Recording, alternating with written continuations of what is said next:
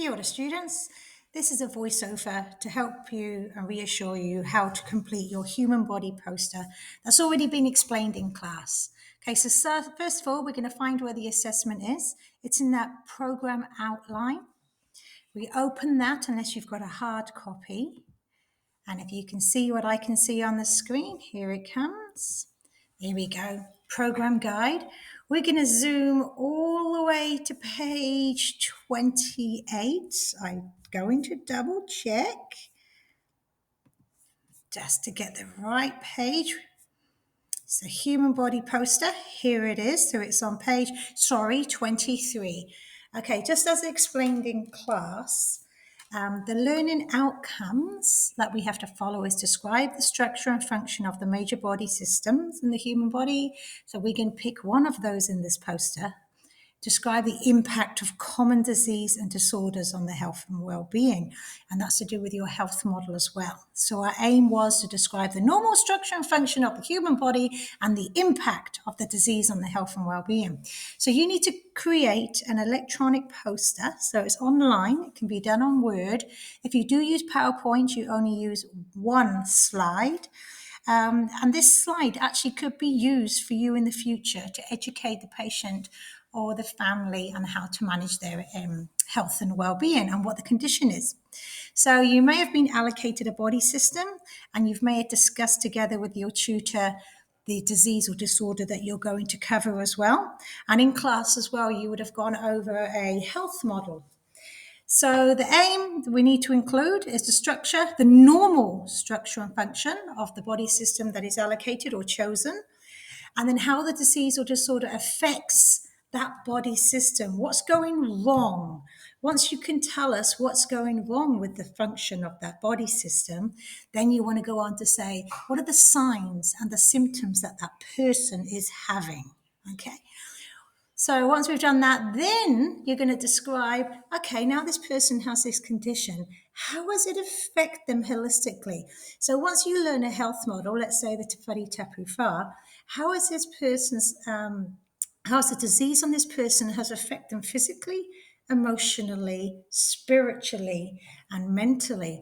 In all those four areas, you're going to find out the positives and the negatives. It's easy to find the negatives, but then I want you to give solutions as well. Some of the solutions are only verbal, some of the solutions are just normal things that you can do as a caregiver. This is the rubric that we follow, so please always go back to this rubric. So let's give you an example that is something that you will not be doing. We have not taught you the urinary system. We have taught you the intake, respiratory, cardiac, and nervous. So I'm going to give you an example on a different system. In this criteria here, to get up to the 8 to 10 marks, if it was a UTI, urinary tract infection, we would expect you to describe all about the urinary system and the components of it. That's the kidneys, the ureters, the bladder, the urethra. Some of the structures of what the kidneys are made up of. You may include the nephrons and what the nephron does, the ureter, what do the ureters do and what they're made out of, the bladder, what does the bladder actually do and what is it made out of, and then the urethra, what does it do, what's it there for, what's it made out of. That would give you up to 10 marks. Select and describe. So now if it was a urinary tract, how did that person get the urinary tract and what is it causing within the urinary system? So let's pick a UTI for an example. Cystitis is an infection of the bladder. So somehow it's a type of bacteria that has worked its way into the bladder, cyst, meaning hollow sac, and you're going to talk about that bacteria and what's it doing in the bladder. And how it's thriving and living in the bladder and how it got there, and then all the signs and symptoms that that person is having because of this infection within the bladder.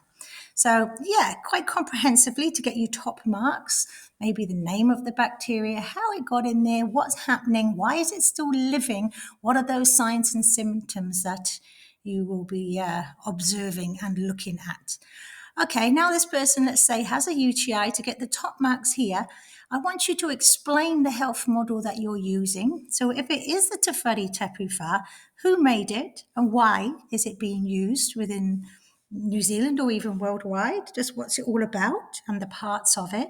Now, if someone has a UTI, what is it stopping them from doing in those four components? What is it stopping them from doing physically, mentally, emotionally, and spiritually? And how is it affecting them in all those four compartments? What can you do to help that person in those four compartments as well? So, a little bit of facts, as well as how you, as a healthcare assistant, can make that person's well-being better. Because of all the information you will be gaining in the first two criteria, especially, and also a few in the criteria of the health model, you need to reference this information.